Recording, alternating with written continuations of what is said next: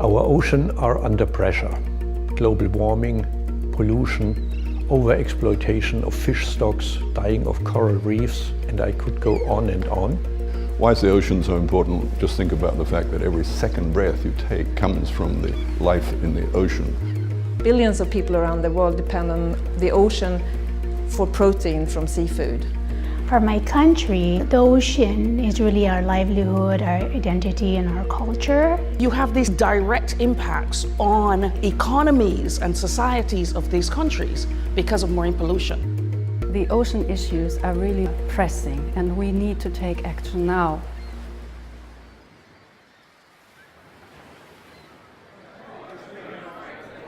Good afternoon, everybody. I would like to briefly welcome you all on behalf of the Ocean Governance Research Group here at ISS. And this workshop today is very much about providing advice and guidance to the vision and the strategic approach to be taken by the Marine Regions Forum.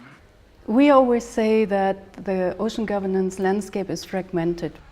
We have different sectors. Fisheries, this is one sector, or pollution, tourism and shipping is one sector. And because it's so easy to go by sectors, this is one of the main sort of management structures that we have in this governance system. And at the same time, we have these different levels from national to global, and then we also have sometimes local level. And this then comes together with the ocean, which is a boundless thing. It's transboundary. The ecosystems are not fixed. If you think of things like pollution, if you think about things like overfishing, these are aspects of the ocean which do not respect man-made boundaries, national boundaries in the sea.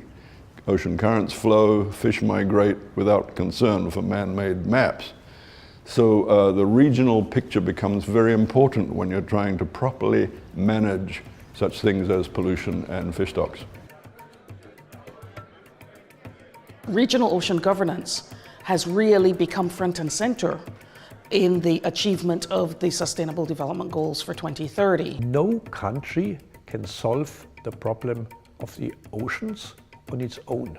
And what we want to do is to bring these regions together.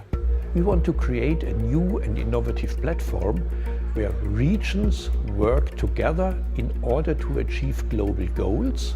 And this is the idea of the Marine Regions Forum, to bring together different regions of the world, the governments, scientists, NGOs, private sector, to learn, to share best practices, and to also be very frank and talk about what did not work.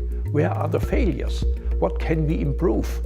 My hope for the uniqueness of the Marine Regions Forum is that it presents an informal platform for frank and clear discussion on the way forward. Then, of course, you also have to make sure that topics that are discussed really make sense to the people and really are topics that are crucial for an ocean region. The fish are really dependent on a good environment, and a good environment are really dependent on a fish stock. So here, the environment sector and the fisheries sector, they need to talk. And that's what we want to achieve with this regional forum, to get the sectors to talk to each other. I'm hoping that stronger partnerships across regions can be forged. And this is not just partners who are already working in oceans. I'm hoping that partners who are impacting the oceans can also be a part of that conversation. There are many units in the world dealing with oceans. We would like to support them, we would like to bring innovation, and we bring together the best available knowledge.